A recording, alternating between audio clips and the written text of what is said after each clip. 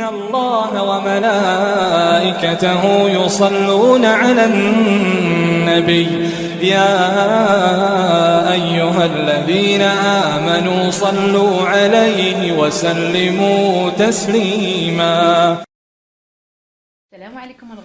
Bonjour, je voudrais vous parler des compléments alimentaires à base d'oméga 3. Alors non pas tellement l'aspect santé, mais plutôt l'aspect technique de la production des compléments alimentaires de poissons, car il y a des choses à savoir qui ont comme conséquence directe le choix d'un bon complément alimentaire, sachant que la plupart des compléments d'oméga 3 ne sont pas naturels, mais sont semi-synthétiques. Donc je vais vous expliquer comment éviter les compléments semi-synthétiques, pour ceux que ça intéresse bien sûr. Donc un léger rappel des oméga 3. Donc ce qui nous intéresse dans les oméga 3, c'est ce qu'on appelle EPA et DHA. Donc DHA, rien à voir avec la DHEA. Les autorités sanitaires recommandent 250 mg d'EPA et 250 mg de DHA par jour. C'est un peu faible probablement pour les sportifs et pour les gens qui veulent vivre vieux et en bonne santé. Rappelons que les oméga 3 sont des acides gras essentiels, donc essentiels au bon fonctionnement du système cardiovasculaire, du cerveau. Ils ont une action anti-inflammatoire et protectrice pour les articulations. Donc pourquoi des compléments alimentaires plutôt que du poisson? Ça c'est un choix personnel. Si on veut atteindre des concentrations plus élevées, ça semble difficile de manger du poisson, d'autant que le poisson est de moins en moins du poisson sauvage et c'est de plus en plus du poisson de pisciculture. Et la pisciculture, on utilise de plus en plus des huiles végétales, donc les poissons s'appauvrissent en EPA et en DHA. Le marché du complément alimentaire oméga 3 a quadruplé en 10 ans, donc il est en pleine expansion. Le problème c'est que le prix de l'huile de poisson à la tonne, il a doublé dans l'année 2007 et 2008, donc les compléments alimentaires vont forcément aussi subir une augmentation. Donc pour fabriquer des oméga 3, il y a 4 étapes qu'il faut connaître. C'est tout d'abord une concentration du produit, ensuite une décontamination, une déodorisation et une protection contre la dégradation des acides gras polyinsaturés qui sont fragiles. Donc évidemment pour le producteur, il faut faire tout ça au moindre coût, parce qu'il répond à la demande du consommateur. Le consommateur de compléments alimentaires, il veut toujours ce qu'il y a de meilleure qualité. Puis on lui annonce le prix, et puis après il prend toujours ce qu'il y a de moins cher. Donc le producteur, lui, il y répond. Donc il y a des processus qui sont élégants et qui vont donner un produit final naturel et de bonne qualité, et puis des magouilles qui vont donner un produit semi-synthétique et de moins bonne qualité, mais évidemment beaucoup moins cher, donc qui va avoir la faveur du consommateur forcément.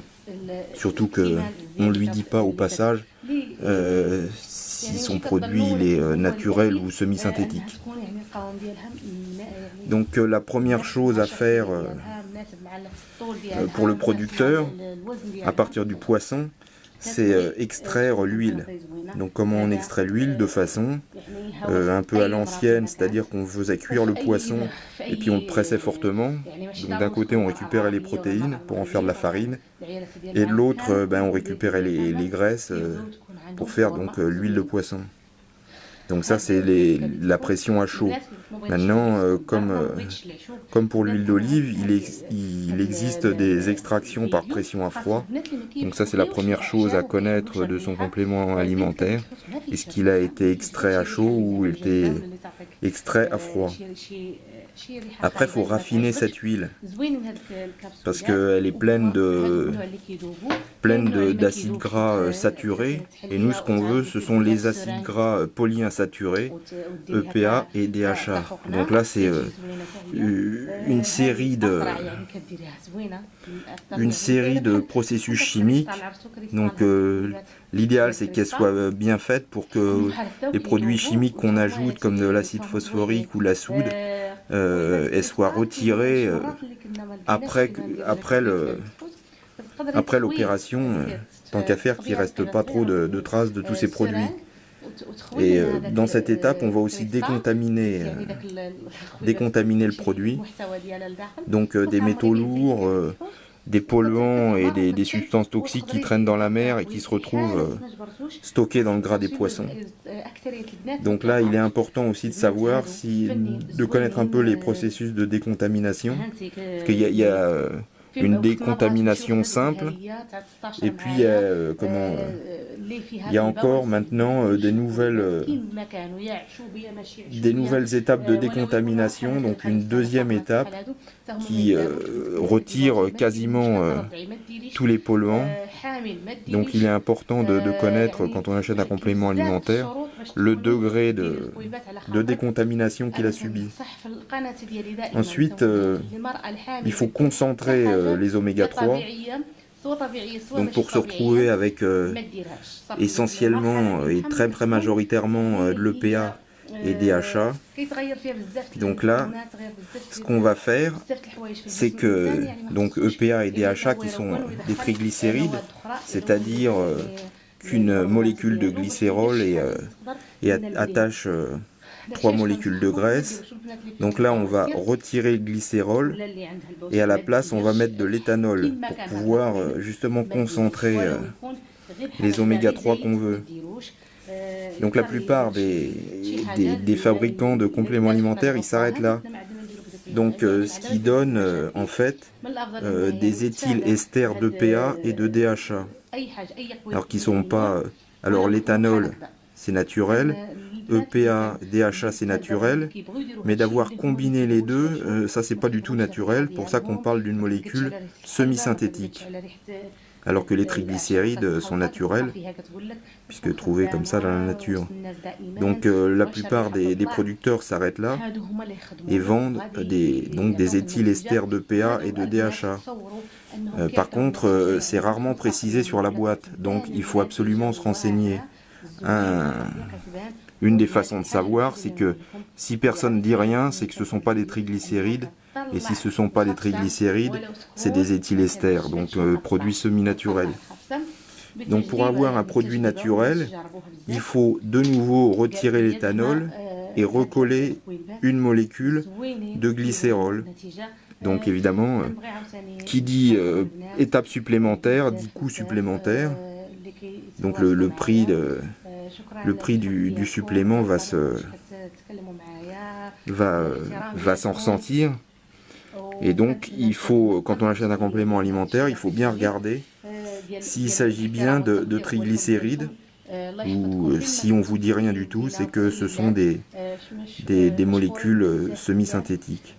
Ensuite, il est bon de savoir si votre supplément il a fait un petit tour en Chine, car malheureusement les Chinois ne produisent pas beaucoup d'huile de poisson, mais l'huile de poisson qui est produite soit en Amérique soit en Europe, elle est souvent envoyée en Chine pour être mise dans des capsules, et les capsules ensuite sont renvoyées en Europe et en Amérique pour être vendues comme complément alimentaire.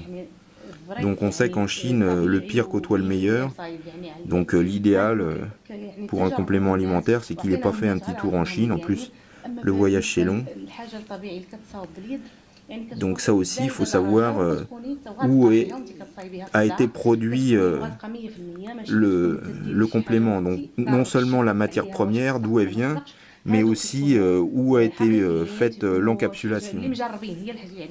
Donc c'est à vous de le demander des garanties à votre marchand de compléments alimentaires. Ensuite, il faut protéger le complément alimentaire dans la capsule. Alors en général, on met par exemple de la vitamine E pour protéger les acides gras polyinsaturés qui sont très instables de l'oxydation. Donc voilà les étapes et ce qu'il faut savoir sur la production d'oméga 3. Donc demandez de la transparence à vos vendeurs de compléments alimentaires, et s'ils ne vous en donnent pas, essayez de trouver une marque qui va vous en donner, mais forcément elle sera plus chère. Donc voilà une partie de l'explication, la différence de prix pour les oméga 3. D'une part, la concentration va être plus élevée suivant les marques et moins élevée suivant d'autres. Et est-ce qu'il s'agit d'une forme naturelle ou semi-naturelle, et où a-t-elle été encapsulée? Donc si vous avez aimé cette vidéo, n'oubliez pas mes livres.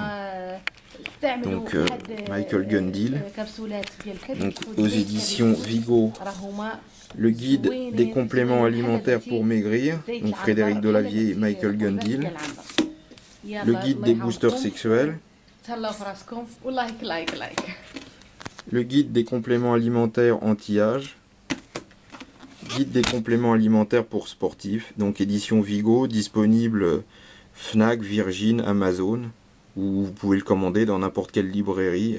Il suffit de donner le numéro d'ISBN que vous trouverez en cherchant sur Amazon. Vous cherchez soit Gundil, soit Delavier, et vous allez trouver.